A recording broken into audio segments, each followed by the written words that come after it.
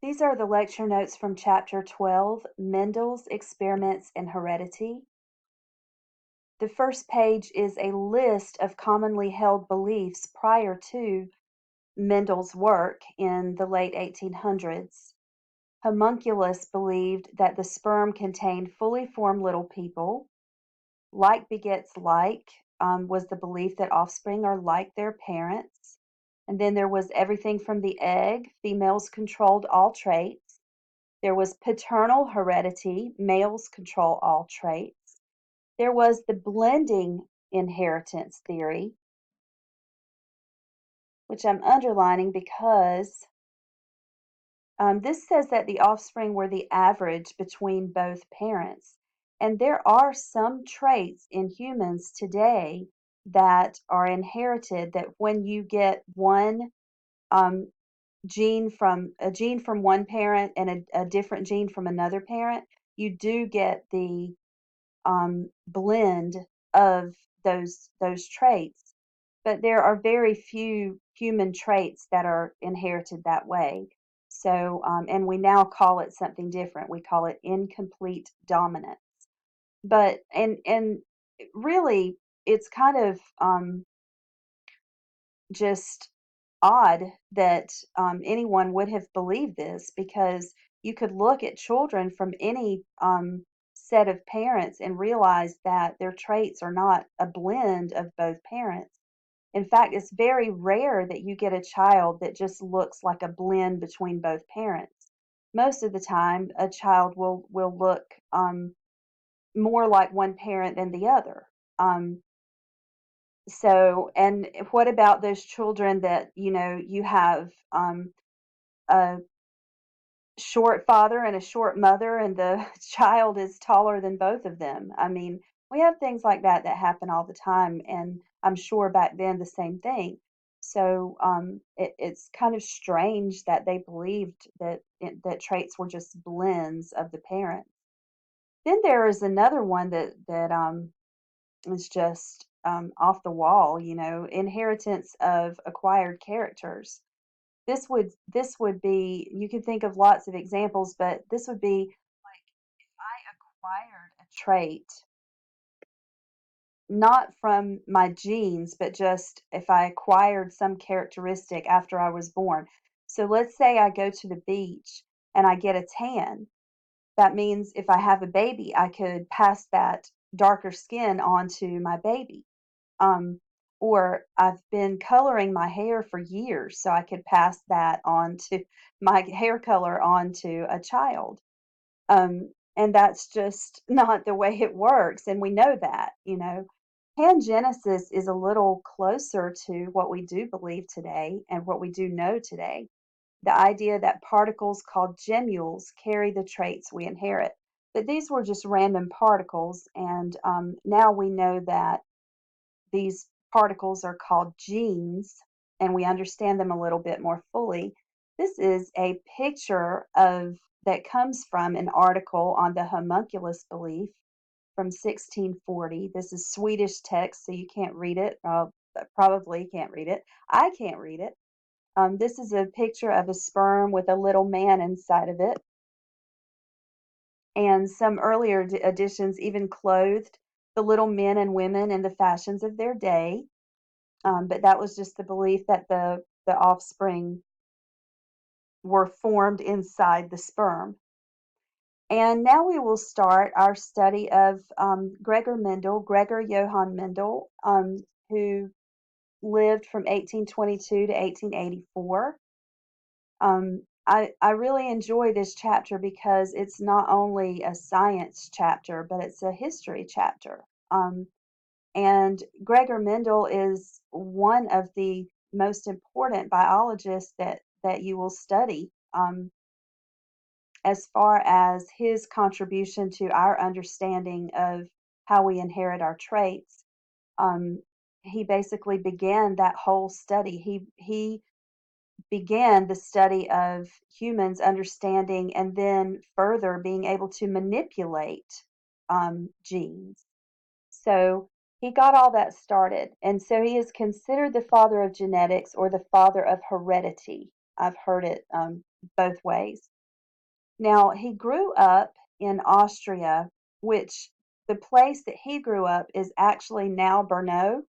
Brno is in the Czech Republic, so it's actually not where modern day Austria is located, but it was called Austria back then. And he gardened and studied beekeeping because he was kind of sickly. So his older brother, did the farm work, but he did do a lot of gardening. He also went to school and studied philosophy to pay for his education. He became a friar, and a friar is a monk. Then he entered the Augustinian St. Thomas Abbey, which is a monastery, and there he trained to become a priest, and he did become a priest, an ordained priest, and he also taught science. Then the monastery sent him to the University of Vienna to study under the sponsorship of Abbot C.F. Knapp, and an abbot is just the head of the monastery. So um, he then returned to the abbey, and he taught school while he studied heredity. And it was this during this time period that he learned how the traits of garden peas were inherited, and he was able to apply that to human heredity as well. He eventually became the abbot of his monastery and gave up science. So Gregor Mendel did study garden peas, and for that reason, sometimes students find this chapter a little bit boring because garden pea traits are not quite as interesting as human traits. But it's very important that you understand why he chose to study garden peas instead of humans. Um, Garden peas have many simple dichotomous traits. Okay, now a dichotomous trait means that for any particular trait, for all these traits he studied, they had two versions. There were two individual distinct versions of the trait. For example, flower color was either purple or white.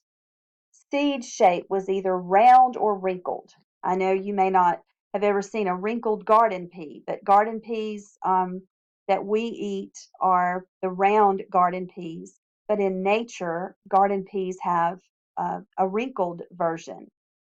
And then seed color could be yellow or green. And believe it or not, in nature, the dominant color for garden peas is yellow. But we have bred them to be green in color because green is more pleasing. I think it probably it's just more for they sell better. Um, Many of these traits were true breeding, which means that the okay, so say for flower color, you have a purple flowered garden pea plant. Well, all of the garden peas that are offspring of that plant are going to be purple as well if it's true breeding. If it's not true breeding, some of the offspring might have the other trait, might have the white flowers.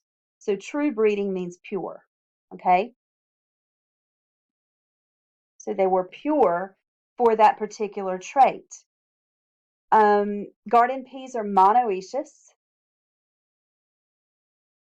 Monoecious means that the male and female parts are located all together in one flower. Many flowers in nature are like this. So it was very easy for him to manipulate the matings. He could just take a pair of scissors and cut off the male parts, and if he didn't want the pollen from those male parts to get to the female part. And also, some students I know already know this, but some of you may not understand this, that plants have sperm and egg as well. The sperm is located in the pollen grain, and the egg is located in the very, very center of the flower, deep in the flower. In the ovary, the flower actually contains an ovary. In fact, every time you eat a fruit, you are eating a ripened ovary. The seeds develop within the fruit, and the fruit comes from the ovary of the flower. So, a flower that contains the male and female parts, um, if Gregor Mendel wanted to cross a purple flower and a white flower, he could take the white flower and cut off the male parts, and he could take a little paintbrush um, and transfer some of the pollen from the purple flower to the female part of the white flower. So he could easily manipulate the matings or the crosses that he wanted to. And each pea was a new individual. Each little pea was a seed. So he could take each one of the peas that was produced and plant it in the ground and let it grow, and he could see what the traits of the new offspring um, were. So he could evaluate thousands of offspring at a time. Garden peas have short generation times.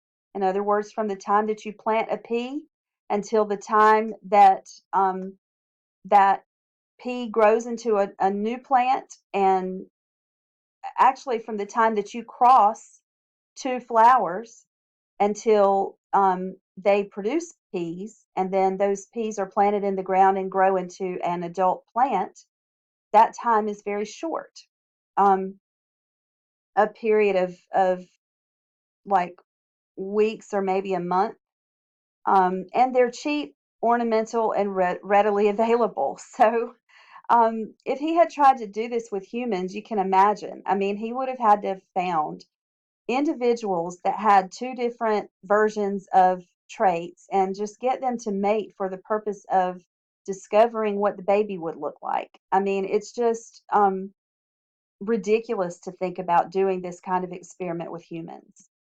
So he used peas, and he had a notation system, and he kept very good records. He was a very good scientist in the fact that he recorded his results, that he set up his controlled experiments, and he recorded his results. And if it weren't for his careful record taking, he wouldn't have found out how traits were inherited. So he used a capital P to represent the parent generation. So these were the true breeding plants that he crossed in the beginning. For example, the true breeding purple flowered plant with a true breeding white flowered plant that he crossed initially.